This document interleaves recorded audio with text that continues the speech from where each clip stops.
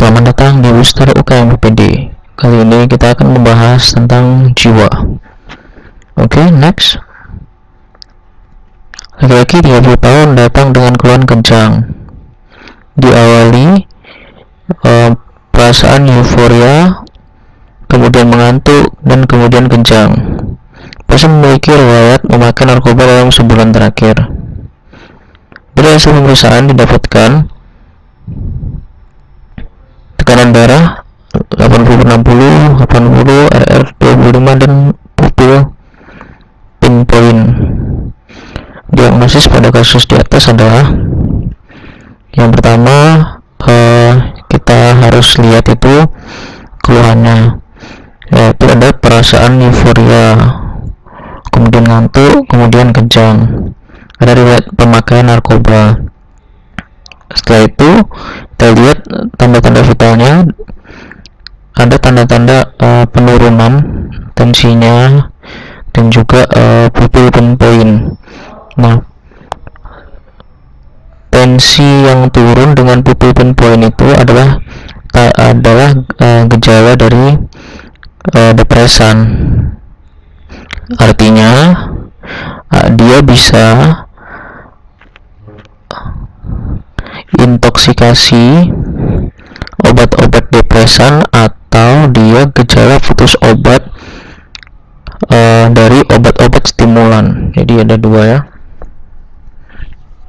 Nah, jadi di sini ada beberapa istilah ya. Pertama, addiction atau ketergantungan, yaitu kalau misalnya seorang pasien itu menggunakan setnya berulang dengan dosis yang terus meningkat. Jika tidak digunakan menimbulkan stres atau keinginan tak tertahankan. Jadi seperti anak tangga ya, terus meningkat. Terus yang kedua, intoksikasi, itu ada sindromnya. Jadi ada kumpulan gejala. Gejalanya bisa gejala depresan ataupun gejala stimulan. Jadi kumpulan tergantung dari zatnya. Disebabkan oleh suatu zat yang spesifik. Nah, withdrawal atau sindrom putus obat itu adalah sindrom spesifik zat yang terjadi setelah menghentikan atau mengurangi. Kebalikan dari intoksikasi ya. Jika dia dipakai berarti intoksikasi, kalau dia putus jadi sindrom putus obat. Nah, jadi ini dia salah satu obat depresan yang paling sering keluar pada soal itu, yaitu adalah opioid. Ketika intoksikasi atau intoksikasi ya, sedang keracunan ya dari obat jenis depresan, maka gejalanya yaitu adalah turun semua: depresi, bradikardi, hipotensi, hipotermi, miosis, hipokinesis, gejalanya euforia, tidak merasa sakit, rasa tenang. Nah, itu adalah tanda-tanda dari intoksikasi zat depresan. Nah, kalau misalnya dia withdrawal atau putus zat depresan, maka gejalanya adalah kebalikan dari namanya. Ketika putus zat depresan berarti gejalanya gejala-gejala stimulan, takikardi, hipertensi, insomnia, midriasis, hiperrefleks, takipno, lakrimasi, dan lain sebagainya. Nah, khusus dari opioid, kalau misalnya dia intoksikasi, itu ada antidotnya, yaitu adalah naloxone. Kalau withdrawal itu terapi atau antidotnya substitusi dengan metanodon. Nah, itu kalau zat depresan. Nah, kalau misalnya zat stimulan ya, seperti tadi stimulan, berarti intoksikasi stimulan gejalanya akan naik: takikardi, aritmia, hipertensi, dilatasi pupil.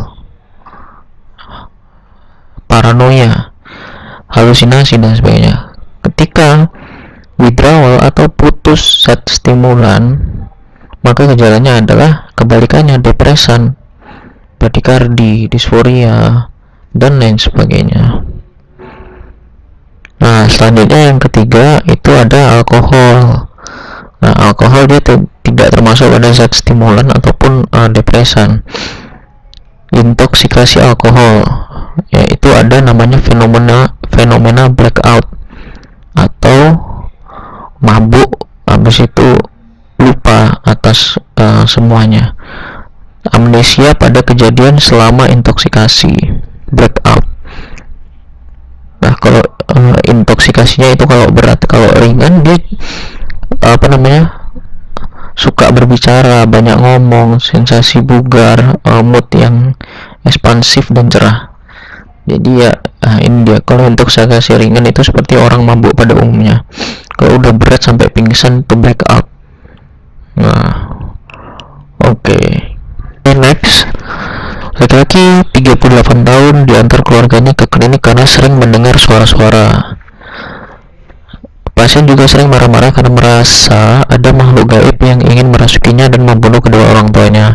Keluhan ini sudah terjadi sejak 3 bulan yang lalu dan bertambah parah 2 minggu ini. Jadi, pengobatan pada kasus ini, sering mendengar suara-suara itu namanya halusinasi auditorik.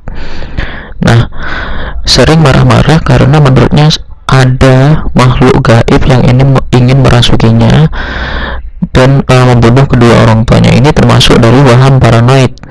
Dengan gejala ini, keluhan ini sudah terjadi lebih dari 1 bulan. Nah, jadi ketiga hal tersebut merupakan kriteria diagnosis dari skizofrenia paranoid berdasarkan PPDGJ. Nah, jadi ini dia, ada yang kita lihat pada tabel ya. Nah, ini adalah perbedaan antara psikosis akut, skizofreniform atau luar skizofrenia, dan juga skizoafektif. Nah, ini ada perbedaannya. Jangan sampai terbalik-balik. Psikosis akut itu minimal ada 1 gejala psikosis dan waktunya itu kurang dari 1 bulan. Spesifiknya kalau dari PPDGJ itu 2 minggu. Jadi dia halusinasi 1 minggu yang lalu. Nah, berarti dia diagnosisnya adalah psikosis akut. Nah, kalau luar skizofrenia atau skizofreniform itu minimal 2 gejala dan dia lebih dari 2 minggu sampai 1 bulan. Tidak minimal lebih dari 2 minggu. Kalau dia di bawah 2 minggu masuknya ke psikosis akut. Minimal 1 gejala kan, kalau 2 gejala juga bisa. Dia luar skizofrenia itu belum 1 bulan tapi bisa bertahan minimal 2 gejala. Nah, kalau skizofrenia seperti yang ini, seperti luar skizofrenia tapi dia gejalanya 1 bulan dan bertahan kalau misalnya tidak diberikan obat. Nah, kalau skizoafektif itu adalah keadaan dimana gejala psikosis dengan gejala afektif itu menonjol, dua-duanya sama-sama menonjol di saat yang bersamaan. Nah, jadi kalau ada gejala-gejala psikosis, berarti obat-obatnya adalah antipsikosis. Nah, antipsikosis itu ada yang generasi pertama atau tipikal, itu haloperidol, chlorpromazine, dan juga generasi kedua atau atipikal yang paling sering digunakan adalah risperidone. Oke, next. Perempuan 28 tahun, mudah lemas, lesu, malas beraktivitas, sering mendengar suara-suara menyuruhnya untuk bunuh diri.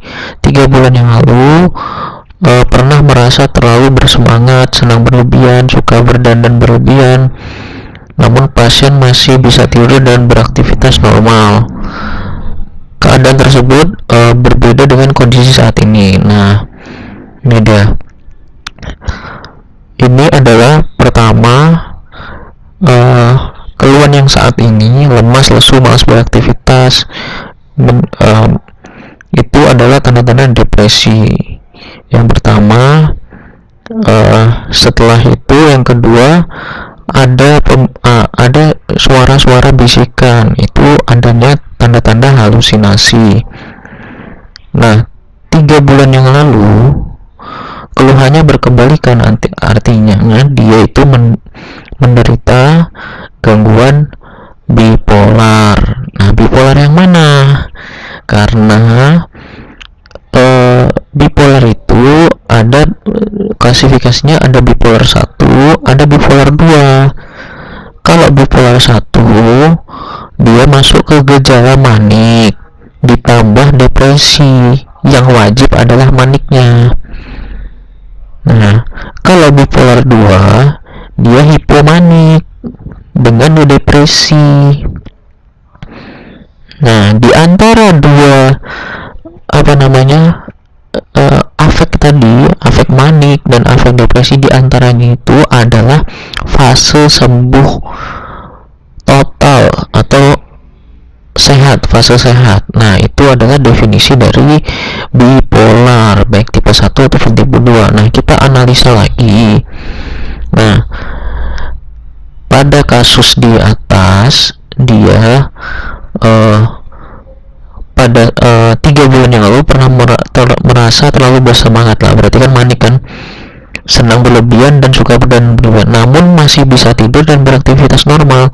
Ini dia tidak masuk ke gejala manik, tapi adalah gejala hipomanik karena tidak mengganggu keseharian, tidak mengganggu tidur. Nah, seperti terminologi yang ada di bawah ini. Nah, ini dia, manik, hipomanik, dan depresi. Nah, jadi karena dia hipomanik ditambah dengan depresi, jadi jawabannya adalah gangguan bipolar tipe 2 dengan episode kini depresi. Nah, karena sekarang nih waktu dia datang ke dokter, keadaannya depresi dengan episode kini depresi. Nah, seperti itu. Seorang remaja dibawa ibunya karena setiap makan dimuntahkan. Pasien memiliki pengalaman bahwa di sekolah sering diajak oleh teman-temannya. Remaja tersebut menganggap dirinya terlalu gendut, padahal dilakukan pengukuran BMI adalah ideal. Obat yang diberikan, nah, pertama pada kasus seperti ini itu DD-nya ada 2. Yang pertama anoreksia, yang kedua bulimia, sama-sama nervosa. Nah, apa bedanya? Kalau anoreksia itu sangat takut mengalami kenaikan berat badan, jadi dia nggak makan, menghindari makanan, badannya aslinya underweight. Nah, kalau bulimia ada dia tidak takut makan, dia makan, tapi dia takut gendut, sehingga setelah makan dimuntahkan, itu khasnya. Anoreksia itu dia menghindari makanan. Kalau bulimia, dia ingin makan, tapi setelah dia ingat bahwa dia tidak suka gendut, dia bisa memuntahkan yang diinduksi, jadi memasukkan jari ke tenggorokan sehingga muntah. Penggunaan obat-obat laksatif, diuretik, puasa yang berlebihan, olahraga yang berlebihan, jadi dia tidak takut makan. Nah, itu perbedaannya antara anoreksia dan juga bulimia. Nah, obat-obatannya sama, karena dia termasuk keadaan yang cemas ya, gangguan cemas gendut. Jadi jawabannya adalah SSRI, yaitu fluoxetine. Itu obat-obat farmakologisnya. Kalau terapi utamanya terapi CBT dulu, cognitive behavioral therapy. Jadi diedukasi, karena yang salah itu pola pikir dia, sehingga menyebabkan hal tersebut. Next. Nah, ini dia psikoterapi suportif, behavioral therapy, SSRI, bisa sertralin, bisa fluoxetine. Next, 37 tahun datang dengan keluhan berdebar, sesak nafas saat berada dalam lift. Pasien juga berkeringat, mulutnya kering, cemas, gelisah pada saat di ruangan sempit. 3 bulan yang lalu adik pasien meninggal karena sesak kekurangan udara. Nah, ini dia khas pada fobia. Nah, fobia itu adalah ketakutan irasional, menetap dan berlebihan terhadap suatu hal.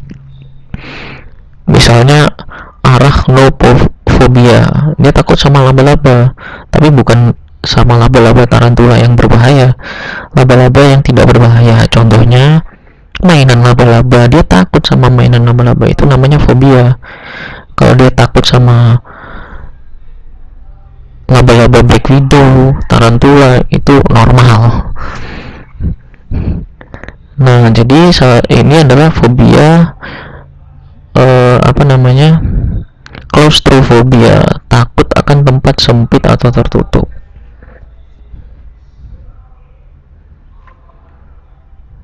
Seorang laki-laki 33 tahun datang dengan keluhan pusing, mual, muntah sejak 2 bulan. Sebelumnya pasien terseret banjir pada saat tsunami 3 bulan yang lalu. Pasien sering terbayang dan saat ia tergulung ombak tsunami dan terminum air yang hitam.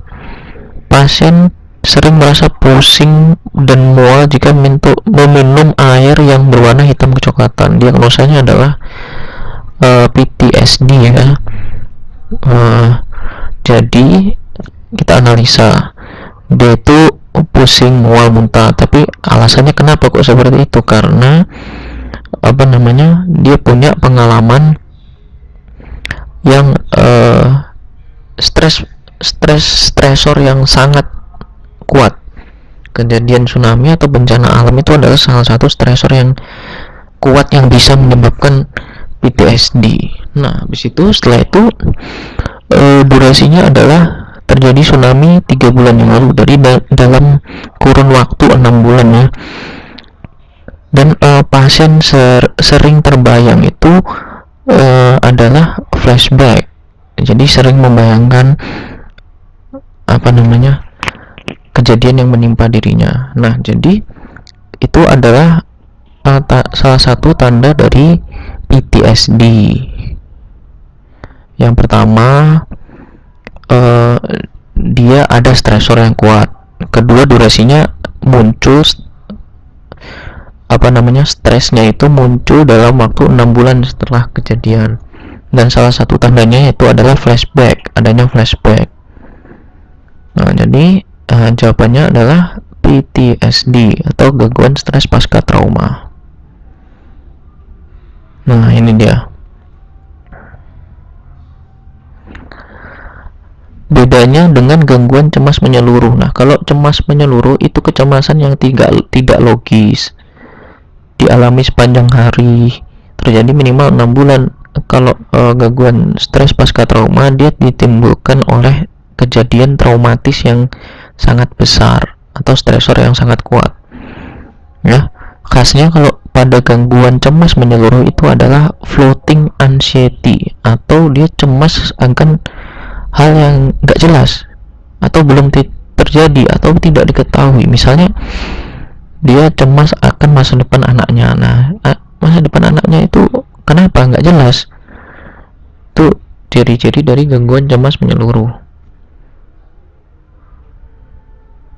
Nah, saya mau tambahkan, kalau dia gangguan PTSD itu selain dari flashback, ada juga dua triasnya yang lain, yaitu pertama flashback, kedua hyperarousal, yang ketiga dia avoidance. Jadi misalnya dia tsunami, kalau dia disebutkan dia tidak mau ke laut atau ke pantai karena akibat pernah terkena tsunami, itu termasuk pada avoidance. Kalau hyperarousal, kalau dia dikasih gambar laut atau apa, dia tidak suka, teriritasi. Jadi Ya seperti itu, ketakutan istilahnya. Nah, jadi itu tanda-tanda dari PTSD selain dari flashback.